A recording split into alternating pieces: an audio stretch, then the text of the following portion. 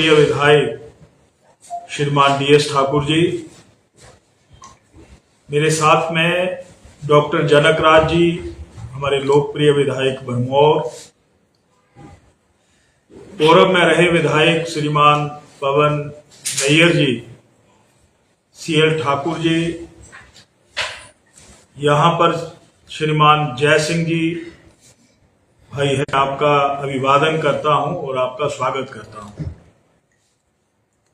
Press वार्ता के संबंध में मैं इतना ही कहना चाहता हूं कि पिछले 3.5 सालों में जो कांग्रेस ने हिमाचल प्रदेश को कर्ज के गर्त में धकेल दिया, परिणाम अव्यवस्था का आलम हिमाचल प्रदेश के हर जिला में और हर इलाके में हम देख सकते हैं।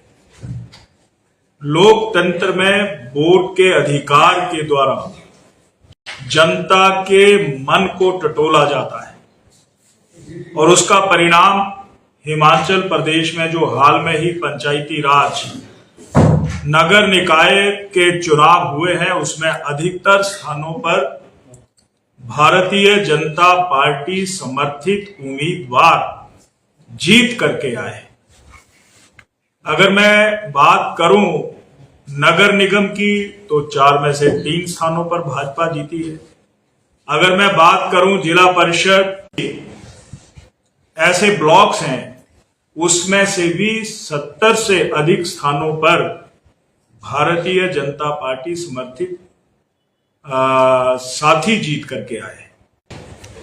उसके बाद कोरम पूरा ना होने पर लंबी लंबी तिथियां दी जाती रही, यानी उस समय में किस तरीके से जनप्रतिनिधियों को प्रभावित किया जाए, ऐसा रुख जो है हिमाचल प्रदेश सरकार ने अपनाया। पर परिणाम ये था, अगर पिछले कुछ एक वर्षों की बात की जाए तो हिमाचल प्रदेश के अध्यक्ष डॉक्टर राजीव बिंदल जी के ऊपर केस दर्ज किया गया।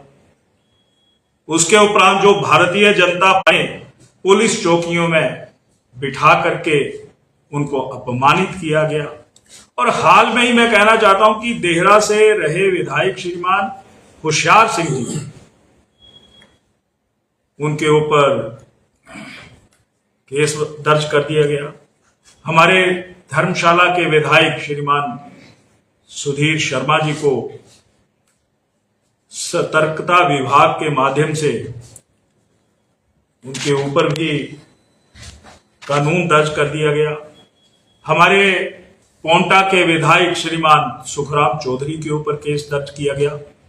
डॉक्टर राजीव बिंदल जी और श्रीमान सुखराम जी को हाई कोर्ट से जमानत लेनी पड़ी। यही नहीं, हिमाचल प्रदेश में आज की तारीख में भी जनप्रतिनिधियों के ऊपर दबाव बनाया जा रहा है। मैंने धर्मशाला में भी देखा कि जो नगर निगम में लोग जीत करके आए थे, उनके घरों की पैमाइश राजस्व विभाग के माध्यम से एक बार नहीं बार बार की गई, ताकि वो झुक जाएं, मुड़ जाएं और कांग्रेस समर्थित मेयर, डिप्टी मेयर को अपना सहयोग दें। यहां तक कि जिला परिषद से चुने हुए जो जनप्रतिनिधि है, उनके घरों में भी, उनकी जमीन पर भी इस प्रकार के अनगिनत मामले दर्ज करने का हिमाचल प्रदेश के सरकार के माध्यम से कोशिशें हुई हैं। और जहां इन चुने हुए जनप्रतिनिधियों का मान सम्मान होना चाहिए, वहां पर झूठे मुकदमे दर्ज किए जा रहे हैं। और ये सब कुछ क्यों हो रहा है हिमाचल प्रदेश में? यानी जो कांग्रेस पूरी तरह से, जिसके पांव से जमीन खिसक चुकी है, और खिसकी हुई कांग्रेस अब अपने स्वाभिमान को, अपने ग्राफ को लोगों के बीच में बताने की कोशिश कर रही है कि हमारा दामन बिल्कुल साफ है। पर उस दामन में एक नहीं, कांग्रेस की उस सफेद चद्दर पर एक नहीं, सैकड़ों धब्बे हैं जो हिमाचल प्रदेश भारतीय जनता पार्टी ने जो चार्जशीट तैयार की है। आने वाले दिनों में वो चार्जशीट तथ्यात्मक तौर पर वो जनता के बीच में जाएगी और प्रदेश अध्यक्ष जी ने उस चार्जशीट कमेटी के माध्यम से आह्वान किया है, किसी के पास कोई दस्तावेज है, किसी के पास कोई जानकारियां हैं तो वो शेयर कर सकते हैं, क्योंकि ये हिमाचल प्रदेश के लोगों का है और हिमाचल प्रदेश को संभालने का काम हिमाचल प्रदेश के गठन से पहले और बाद में जो राजनीतिक पार्टियां आई उन्होंने मन और अपने एक विजन के साथ इस काम को पूरा करने का संकल्प लिया है। इसलिए यहाँ की उज्जवल परंपराओं को तोड़ने का अधिकार वर्तमान की कांग्रेस सरकार को हिमाचली किसी भी सूरत में नहीं देंगे, ये मैं कहना चाहता हूं।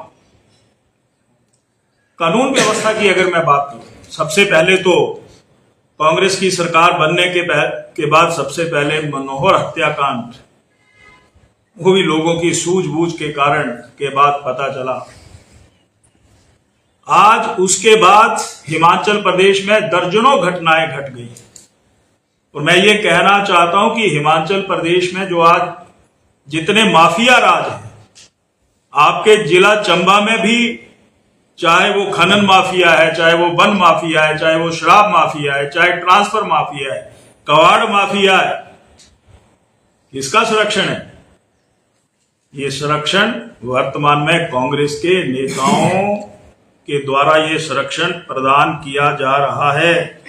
और कानून व्यवस्था हिमाचल प्रदेश की प्राथमिकताओं में नहीं है। मैंने कहा कि शराब माफिया, चिट्टा माफिया, हर दिन हम अखबारों में क्या खबरें पढ़ रहे हैं कि सरकारी बसों में या निजी परिवहन में लाखों या करोड़ों रुपए की चरस है, फीम है, गांजा है या चिट्टा है, वो बरामद हो रहा है। ये जिम्मेवारी तो इस सरकार की है, परंतु कांग्रेस ने पुलिस के कर्मचारी और अधिकारियों को किस काम में लगाया हुआ है? जितने एमएलए पायलट अधिकृत नहीं है, फोन आता है पायलट लगाओ। वो पुलिस के कर्मी जो मन से कांग्रेस के साथ नहीं है, भाजपा के साथ है, वो ऐसे विधायकों की सेवा में लगे हुए हैं। तो जहां पर इनका काम समाज विरोधी ताकतों को चिन्हित करने के बाद उनके खिलाफ कोई मामले दर्ज करने हैं, वो काम नहीं कर पा रहे हैं। और हिमाचल प्रदेश में भी मैं कहना चाहता हूं, कुछ कर्म अधिकारी हो सकते हैं जो सरकार के इशारों के ऊपर केस बनाने में तत्परता दिखा रहे हैं, पर अधिकतर क्या कह रहे हैं कि नहीं, ये तो मामला ही दर्ज नहीं हो सकता, ये मामला किसी सूरत में नहीं बन सकता। उसके बावजूद उनको कहा जा रहा है कि इन व्यक्तियों के खिलाफ मामले दर्ज किए जाएं। मैं माननीय मुख्यमंत्री जी से निवेदन करना चाहता हूं, दुर्भावना से आप काम ना करें और हिमाचल प्रदेश को संवारने का काम हिमाचलियों ने आपको दिया है, उस काम को अपने मंत्रिमंडल के सहयोग से आप इस दिशा में आगे बढ़ने का प्रयास करें। पर खबरें ये भी हैं कि आपके मंत्रिमंडल में भी बहुत से मंत्री दुखी हैं, विधायक दुखी हैं, होंगे भी क्यों नहीं, क्योंकि विकास के लिए अगर 3 सालों में 42,000 करोड़ रुपया ऋण ले लिया, हम तो पूछना चाहते हैं कि वो पैसा कहां गया? उसके ऊपर श्वेत पत्र तो जारी करो। सड़कों में खड्डे, पानी की योजना पूरी तरह से प्रभावित है। पिछले 3 वर्षों में जो प्राकृतिक आपदा के कारण नुकसान हुआ, लोग इंतजार कर रहे हैं कि हमारा मकान गिर गया है, घरहाल गिर गई है, डंगे गिर गए। हम श्वेत पत्र की मांग करते हैं। देश के यशस्वी प्रधानमंत्री श्री नरेंद्र मोदी जी ने प्राकृतिक आपदा में लगभग 5500 करोड़ रुपया भेजा, जिसमें SDRF था, NDRF था। वो पैसा कहां गया, उस पैसे का कोई हिसाब किताब नहीं है। श्वेत पत्र की हम मांग करते हैं। नौजवान को रोजगार के लिए नए सुअवसर दिए जाने चाहिए, पद सृजित किए जाने चाहिए। कहा था कि हम रियायती दरों के ऊपर निःशुल्क जो है यहां पर 300 यूनिट बिजली देंगे, 1500 रुपए महिलाओं को देंगे। हम तो ये सोचते हैं कि ये जो लोन लिया जा रहा है, ऋण लिया जा रहा है, ये प्रदेश की बधाई में लगेगा, पर नहीं, इस पैसे का वर्तमान सरकार कोई हिसाब किताब नहीं दे रही है, ये मैं कहना चाहता हूं। और एक बात और कि हिमाचल प्रदेश की जो प्रशासनिक या शासन चलाने वाली व्यवस्था है, उसके ऊपर भी दर्जनों प्रश्न पैदा हो गए हैं। फोन टेपिंग हो रहे हैं जो अमर्यादित है, हर किसी के फोन टेप किए जा रहे हैं, जो लोकतंत्र की आवाज को दबाने का प्रयास हो रहा है। हमें जनता को भी सच्चाई जानने का अधिकार है। पत्रकार मित्रों, आपके ऊपर भी आप कोई खबर सरकार के अनुकूल नहीं लिखते तो पुलिस अधिकारियों के टेलीफोन आना शुरू हो जाते हैं। और हिमाचल प्रदेश में तो बहुत से पत्रकारों के ऊपर तलवार लटकी है, FIR दर्ज हो गई। ये समय तो मुझे 1975 इमरजेंसी जब लगी थी, गला घोंट दिया गया था, निष्पक्ष पत्रकारिता नहीं होती थी, और वही इमरजेंसी का दौर आज पत्रकारों और संपादकों के ऊपर का दौर गुजर रहा है। इसकी भी मैं निंदा करता हूं, क्योंकि लोकतंत्र के चतुर्थ प्रहरी हमारा मीडिया है। मीडिया समाज की आवाज को उठाता है। ये वर्तमान सरकार की कार्य पद्धति है। मुख्यमंत्री जी, आप हिमाचल प्रदेश की 72 लाख से ज्यादा लोगों के संरक्षक हैं, परंतु संरक्षण नहीं हो रहा है। युवा, किसान, महिलाएं, गरीब कल्याण की तमाम योजनाएं आपने बंद कर दी है। आप खजाना मंत्री हैं और फाइनेंस मिनिस्टर जो है वो बजट के माध्यम से विभिन्न योजनाओं के लिए पैसा भेजते हैं, परंतु वो योजनाएं मृत पड़ी हैं। चाहे वो हमारी हिम केयर कार्ड योजना हो, सहारा योजना हो, मुख्यमंत्री स्वास्थ्य चिकित्सा योजना हो, बेटी है अनमोल जैसी योजनाएं हो, ऐसी तमाम योजनाएं बंद पड़ी हुई है। आप दुर्भावना से जो आप फैसले ले रहे हैं, आपसे यही हम आग्रह करते हैं कि अपने रुख को बदलें और हिमाचल प्रदेश की खुशहाली के लिए आप काम करें। और आपके दल के बीच में ही जो आपके प्रति असंतोष प्रकट हो रहा है, उस असंतोष का कारण क्या है, आप उसको टटोलें, देखें, ये मैं कहना चाहता हूं। आज हिमाचल प्रदेश में कांग्रेस भ्रष्टाचार और सत्ता का दुरुपयोग करने का एक पर्याय बन चुका है। हिमाचल प्रदेश को बेचा जा रहा है। कृषक प्रमाण पत्र के आधार पर हिमाचलियों की जमीनों का सौदा किया जा रहा है। BBNDA बद्दी बरोटी नालागढ़ में सैकड़ों औद्योगिक प्लॉट जो हैं सरकार की अनुमति के बिना बेच दिए गए। पालमपुर की वो 100 करनाल जमीन